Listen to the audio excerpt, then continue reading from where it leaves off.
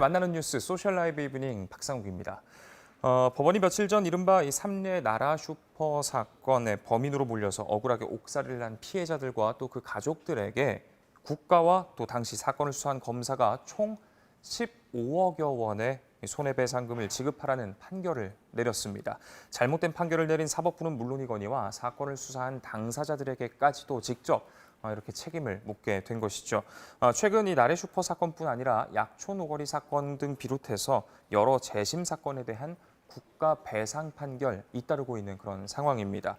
억울함에 대한 이 같은 판결 당연히 반길 일이겠지만 무엇보다도 처음부터 이러한 판결이 없었다면 가장 좋았겠죠. 그래서 오늘 소셜라이브 이브닝에선 삼례 사건뿐 아니라 약초 노거리 사건 그리고 화성 8차 살인 사건 등 잘못된 수사와 판결로 재심이 이뤄진 이 사건들을 통해서 우리 수사 체계와 사법 체계가 나아가야 할 방향에 대해 함께 고민해보는 그런 시간 준비했습니다.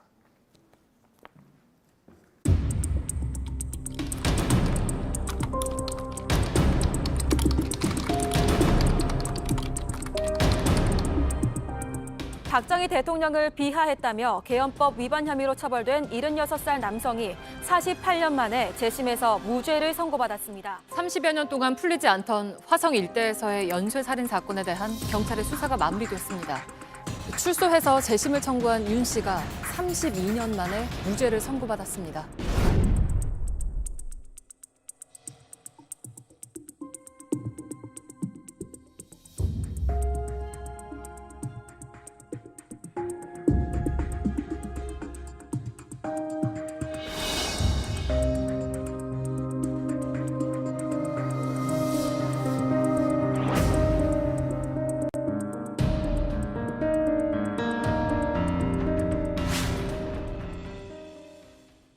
네, 앞서 오프닝에서 말씀드렸던 이 삼례 사건뿐 아니라 화성 8차 사건 등 굵직한 여러 재심 사건을 맡았고 또 맡고 계신 분이시죠. 그래서 재심 전문 변호사로도 불리시는 분이십니다. 박준영 변호사와 한 걸음 더 들어가 보도록 하겠습니다. 안녕하십니까? 안녕하세요. 네, 예. 일단 이 나라 슈퍼 사건 같은 경우에는 익숙하신 분들도 있으실 것이고 또 네티즌 분들 중에서는 또 기억에서 좀 잊혀진 그런 분들도 계실 텐데 간략히 좀 요약을 해주신다면요. 예. 지금으로부터 22년 전에 발생했던 강도 치사 사건입니다. 1999년 2월 6일 전북 안주 삼례의 나라 슈퍼라는 곳에 3인조 강도가 침입했거든요. 그 강도들이 부부방에 들어가서 현금과 폐물을 강취했고 옆방에서 잠을 자고 있던 할머니를 제압하는 과정에서 입을 막았던 청테이프가 잘못돼서 할머니가 질식사에 이른 사건입니다. 예. 재심까지 갔다면 이제 네. 수사와 재판 과정에서 문제가 있었기 때문이었을 텐데 네. 어떤 부분들이 잘못됐다고 꼽을 수 있을까요? 이 사건은 진범이 따로 있는 사건으로 알려져 있죠. 진범이 아닌 사람들이 억울하게 옥살이한 사건이거든요. 그런데 이분들이 사회적 약자였습니다. 가난했고 많이 배우지 못한 사람들.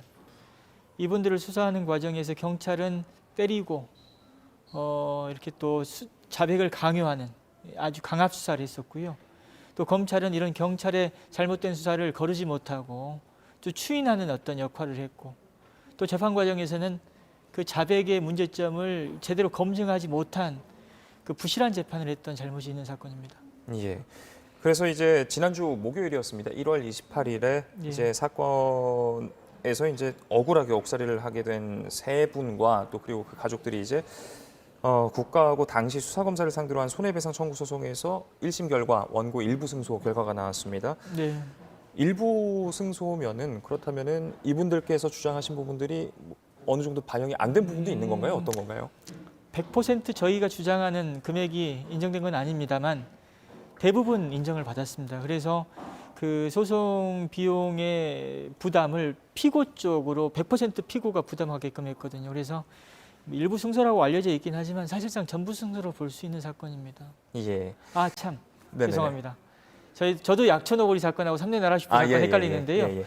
약초 노거리 사건이 전부 피고 부담으로 했고 삼례 나라 슈퍼 사건 같은 경우는 5분의 4 피고 부담, 5분의 1 원고 부담이었거든요. 네네. 대부분 저희 주장 받아들여 주셨고요. 일부 이제 인정되지 않는 부분이 있긴 한데 그 부분은 저희가 청구할 당시에 좀 약간 과다 청구한 게 아닌가라는 생각이 듭니다. 그래서 받아들여졌습니다, 대부분. 네. 이날 선고가 내려지고 나서 누명을 쓰게 된 피해자분은 물론 이제 피해자의 유족분들 또 범행을 자백한 이제 진범도 이제 재판정에 이제 들어서게 됐었잖아요. 그래서 예. 판결 직후에 이제 심경과 관련해서 그날 기자회견처럼 법원 앞에서 말씀을 하셨었는데 당시 이야기 잠깐 듣고 나서 이야기 이어가겠습니다. 다시는 이런 일 없기를 바라고 오는 가족들 모두 행복하게 지내면서 살았으면 좋겠습니다. 먼저 그 돌아가신 어머니에게 오늘 이런 결과를 좀 알려드리고 싶고 이 사건은 어머니를 죽인 범인에게 내가 직접 고맙다고 악수를 청해하는 이런 아이러니한 이런 현상이 벌어졌습니다. 이게 대한민국 지금 현재 우리 이런 그 서민들에게 이런 아픔을 줄 수 있는 공권력이 과연 지금 변했는가? 전혀 변하지 않고 있습니다.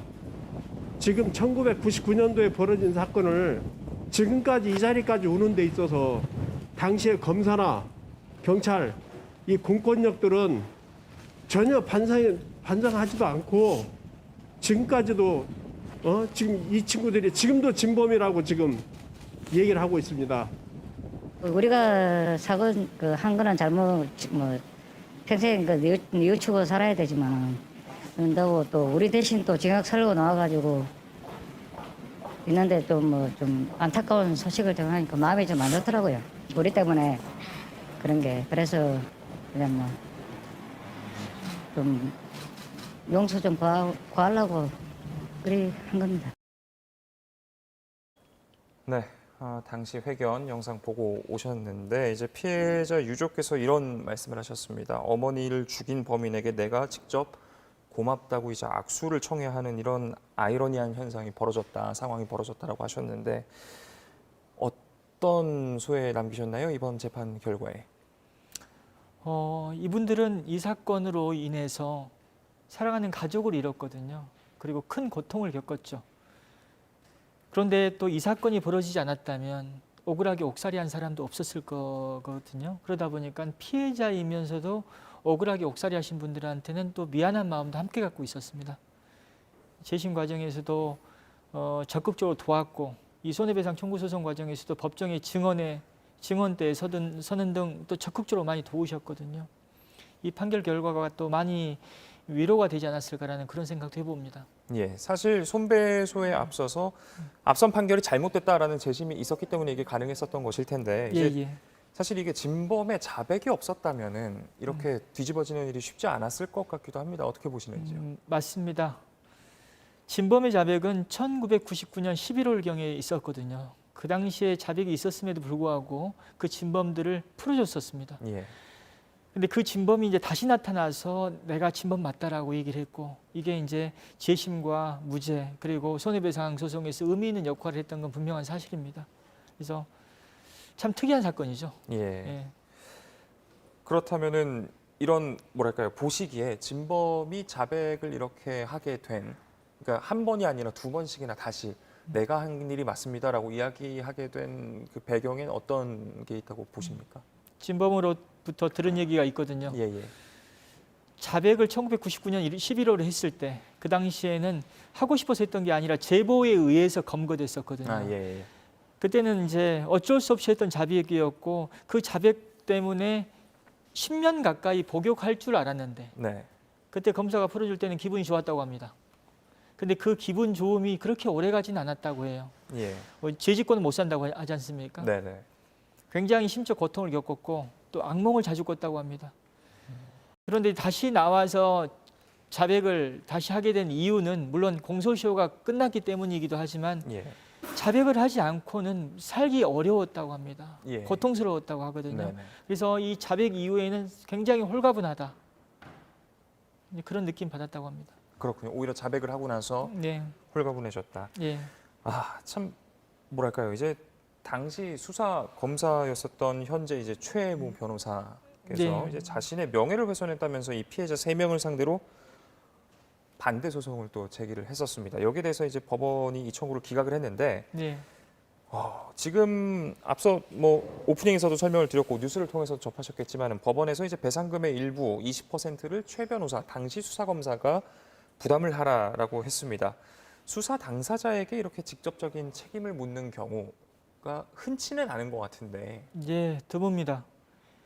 그 수사 당사자의 불법 행위를 이유로 국가를 상대로 손해배상 소송은 하죠. 하지만 수사 당사자까지 함께 연대 책임을 구하는 경우는 드물죠. 근데 저희가 이제 소재기 당시부터 연대 책임을 구했고 또 이게 받아들여지는 경우가 또 드뭅니다. 왜냐하면은 고의 또는 중대한 과실이 있는 경우에만 책임이 인정되거든요. 근데 이 사건의 경우에는 중대한 어떤 불법이 있다라고 법원의 판단이 있었기 때문에 이 배상 책임이 인정됐다고 봅니다. 예. 지금 보면 이제 이 삼례 사건 과거 판결 당시에 이름을 올렸었던 판사들 가운데는 이제 박범계 장관도 네, 예. 포함이 되어 있습니다. 그래서 박 장관은 이제 4년 전에 직접 누명 피해자들을 만나서 사과를 하고 용서를 구하기도 했었는데 당시 이제 그러면서 몸배석 판사라는 용어까지도 이제 뉴스에도 등장을 하고 그랬었습니다. 그러면서 이제 이번 그 얼마 전 재심 판결에 대해서도 이제 매우 환영할 일이다 이런 입장을 나타내기도 했는데 박 장관의 발언 사과 어떻게 보시는지. 일단 몸배석이라는 용어는 법적 용어는 아니고요. 그렇죠. 예. 이제 박 장관 입장에서는 주심 아닌 배석 판사였기 때문에 기록도 제대로 보지 못했다라는 말씀을 하시면서 그런 표현을 쓰신 것 같아요. 네네. 근데 저희가 재심을 진행하는 과정에서 박범계 장관의 사과를 요구했던 이유는 억울한 부분이 있다 하더라도 공적인 자리에 있고 또 법과 정의를 얘기하시는 분 아니냐.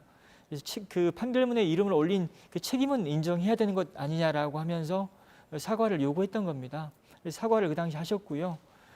또 지금 장관까지 되셨지 않습니까?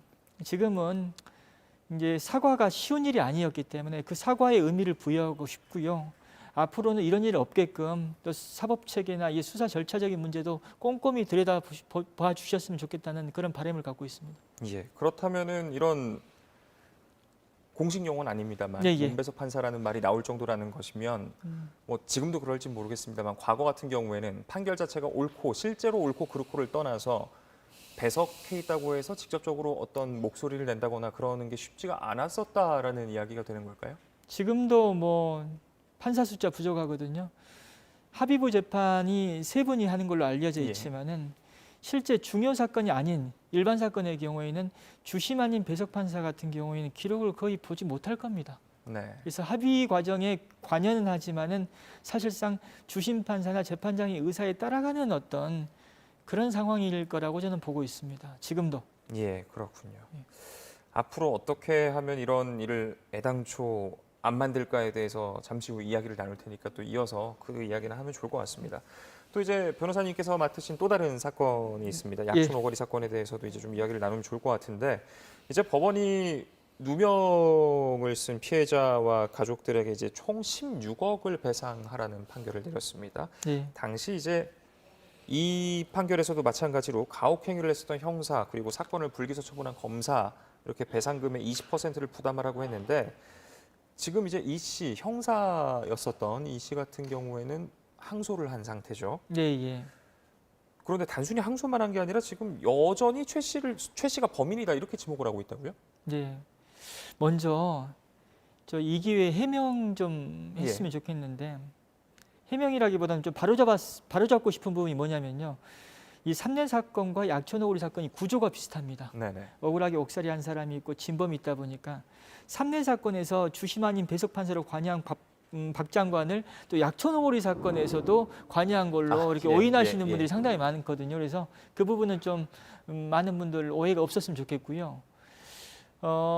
지금도 경찰의 경우에는 물론 항소를 하면서 이제 어떤 주장을 할지는 모르겠지만 1심 재판 과정에서는 여전히 최 군이 범인 맞다. 최 군에게 지급되는 형사보상금을 환수해야 된다라는 그런 황당한 주장까지 했었습니다. 네. 이게 참 그렇습니다. 아무래도 또 다른 사건도 맡고 계신 것 역시 이제 네. 고문에 의해서 조작된 사건이라고 이제 검찰의 과거사위에서 판단을 받았던 그런 사건이죠. 부산 엄공동의 낙동강변 살인 사건도 맡고 계신데 네, 맞습니다. 최종 재심 선고가 이제 얼마 남지 않은 걸로. 네, 이번 주 목요일 10시입니다. 예. 혹시 지금까지 재판 과정을 보셨을 때 어느 정도 충분한 설명이 이루어졌다고 생각하시는지 또. 네, 재심 개시 여부를 판단하기 위한 신문기일도 여러 차례 열었고요. 또 재심 이후에 공판기일도 여러 차례 열었습니다. 이 과정에서 경찰 등을 포함해서 20명 정도가 증언대에 섰고요. 저희가 이제 실체적인 문제를 확인하기 위해서 국가수의 어떤 의견 조회 같은 것도 충실히 했습니다. 그래서 무죄 판결 나올 것을 확신합니다. 예. 예. 이 사건 같은 경우는 특히나 또 이제 문 대통령이 변호사 시절에 항소심 그리고 대법원 상고를 맡았다라는 사실 역시도 마찬가지로 유명해진 사건인데 네, 당시에는 어떤 벽들에 부딪혔다고 볼 수 있을까요? 변호의 어떤 문제점이 없었다고는 할 수 없죠. 예. 결과론적으로 봤을 때. 하지만 제가 그 당시에 또 문 대통령의 입장이었다면은 그 이상의 변호를 할 수 있었을까라는 그런 생각도 해봅니다. 아쉬움은 있었지만 그래도 최선을 다한 변호였다라는 말씀 드리고 싶고요. 그리고 당시에는 이런 증거에 대한 어떤 평가나 판단의 기술, 능력이 많이 부족했던 것도 사실인 것 같아요. 네. 그리고 자백이 또 증거의 왕이기도 하지만 아주 위험한 증거인데도 그 위험성에 대해서 충분하게 고민하지 않았던 것 같습니다. 그러다 예. 보니까는 능력 있는 변호사들이 관여를 해서 무죄 주장을 다각도로 했음에도 불구하고 그게 인정을 받지 못했던 것 같습니다. 예. 지금 많은 분들께서 의견과 질문 보내주고 계시는데요. 예, 예. 유튜브에서 아이디 아웃사이더님 국가 배상이 너무 적다. 우리나라는 벌금도 적긴 하지만 이런 의견도 있었고요. 아이디 부기님 누명 피해자분들 너무 안타깝다. 사회적 약자였다니 진짜 심지어 진범에 대한 제보도 받았었다고 하던데 네, 이 나라 슈퍼 이야기를 해주시고 계십니다.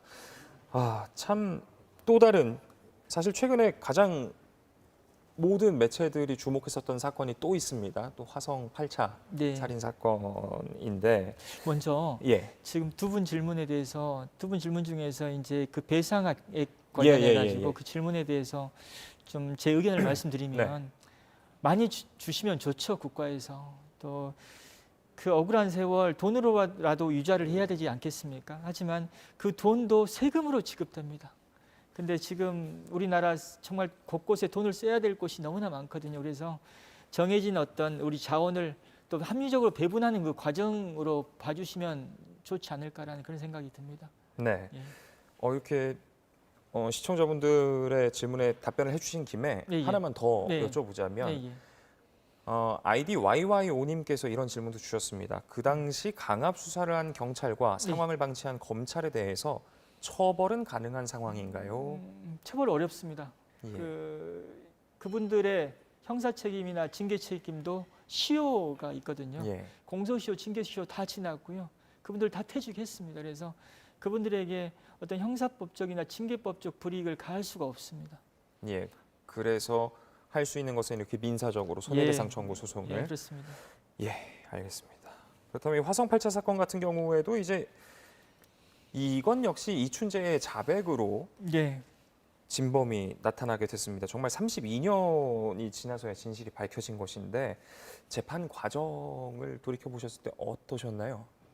화성 8차 사건 같은 경우에는 상대적으로 수월했어요. 왜냐하면 이춘재의 자백 그리고 또 검경 수사권 조정 국면에서 서로도 열심히 하려고 해서요. 예. 뭐 증거 수집을 대부분 경찰과 검찰이 한 사건입니다. 그래서 긴장감도 많이 떨어졌죠, 사실. 그래서 이제 재심 과정은 그 당시 수사 과정에서 재판 과정에서 어떤 문제가 있었는지를 밝히기 위한 그 과정이었고요. 또 8차 사건은 이렇게 억울함을 풀지만 다른 사건에서 억울하게 용의자로 몰린 사람들이 너무나 많거든요. 그래서 그분들의 그 피해를 어떤 밝히고 회복하는 절차가 필요한 것 아닌가. 그래서 진실 화해를 위한 과거사 정의위원회에 최근 이제 진상조사 청구를 네네. 했습니다.